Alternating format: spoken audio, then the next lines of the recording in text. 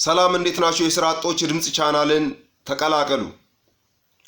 እኛ ሥራ አጦች የባህር በር የኛ እስትንፋሳችን ነው። የባህር በር ለኛ ለሥራ አጦች የመኖር ያለመኖር ጉዳይ ሳይሆን በህይወት የመቆየት ያለመቆየት ጉዳይ ነው። የባህር በር የኢትዮጵያ ጉሮሮን ያጣነው በሁለት ምክንያቶች ነው።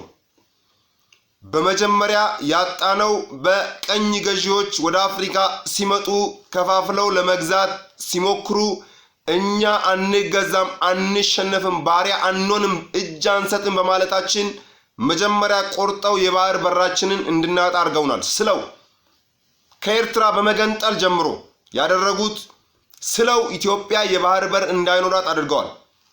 በሁለተኛ ደረጃ ያጣነው የሻዕቢያ መንግስት ከኢትዮጵያ መንግስት ጋር በመደራደር በማናቅበት ጉዳይ ህዝቡ ሪፈረንደም አድርጎ ኤርትራ ተገንጥላ የባህር በራችንን ይዛ ሄዳለች። የባህር በር የኛ የኢትዮጵያውያን ጥያቄ እንደሆነ መንግስት ለዓለም ህዝብ ማስተጋባት መቻል አለበት። የዓለም መንግስታትን መጠየቅ መቻል አለበት።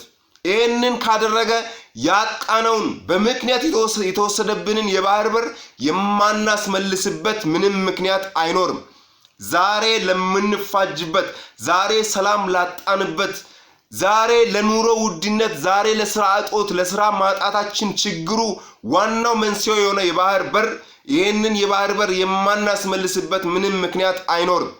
ስለዚህ መንግስት መጀመሪያ ማድረግ ያለበት የባህር በር የህዝብ አጀንዳ አድርጎ ህዝቡ በሰልፍ ወጥቶ መንግስትን መጠየቅ መቻል አለበት። መንግስት ለዓለም መንግስታት የ140 የ150 ሚሊዮንን ጥያቄ ለዓለም መንግስታት ማስተጋባት መቻል አለበት። ይሄንን ካደረግን የባህር በር የማናገኝበት ምንም ምክንያት አይኖርም። በሰላምና በሰላማዊ መንገድ ብቻ ዲያስፖራው ማህበረሰብ በያሉበት የኢትዮጵያን ሰንደቅ ዓላማ በመያዝ የ140 የ150 ሚሊዮን ህዝብ ጥያቄ የባህር በርን ማራገብ መቻል አለባቸው። በየቀኑ የየቀኑ አጀንዳ መሆን መቻል አለበት የባህር በር። ይሄንን ማድረግ መቻል አለባቸው ዲያስፖራ ማህበረሰቦች። ምክንያቱም ኢትዮጵያውያንን የሚሉ ከሆነ የኢትዮጵያ